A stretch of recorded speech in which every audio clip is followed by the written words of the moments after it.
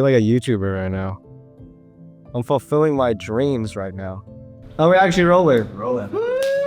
This is my story, man. You don't know how long I've been waiting to like talk about this. Yeah, I don't know. I've been thinking of doing a story video for like so long.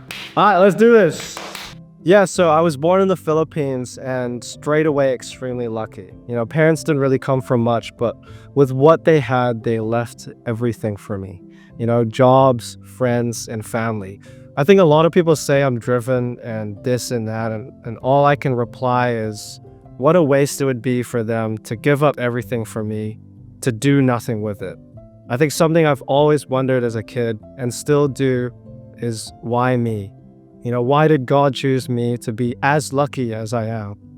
So straight away, I knew I needed to take every opportunity given to me. I was never a talented kid, but I always tried my best, you know. In whatever academics or sports I played, I was taught that effort means nothing without outcomes. So as a kid, I really wanted to be a YouTuber. You know, first starting off with skits, I used to film with my friends. You know, I'd script, edit, direct, the whole lot. From when I was around 8, I already had visions of how I wanted like a video to go.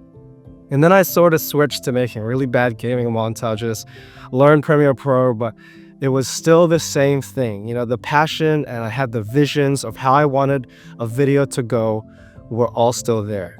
So high school came about, and as easy as high school was for most people, it wasn't so much for me.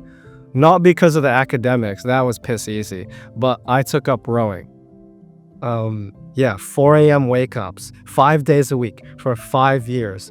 Your life is the sport. You don't see anyone much, you know, outside of your rowing squad, and it was really expensive for my family. And I was also a huge minority. I often felt underestimated, and my coaches and peers never really took me seriously. So I started watching Coxston recordings most nights, finding any small way to improve.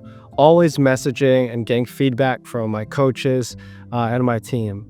And, you know, sooner or later, they took me seriously, and I started racking up big wins and L's too. But I think it was that opportunity to be on the big stage meant a lot to me. So year 13 rolled around, and my dad encouraged me to take up my school's entrepreneurs program. And it was really a first of its kind. At the time, I just wanted to be a coder. Like, I played video games heaps. And I don't know, I guess it translated. So he convinced me to do it, and I never looked back. I started a date box business, which I ended up selling to work on Leadcraft Digital, or now known as Needle Movers. And that was pretty simple, just lead generation for high-ticket construction companies. And that's where I made my first bit of money. I struggled a lot as well. My family and the people around me don't really come from a background of any sort of business. So yeah, I really had to work out everything on my own. No handouts. And then I met Michael at a marketing event at uni, as I'm still a student, unfortunately, and that's where the next something was born. And I guess here we are today.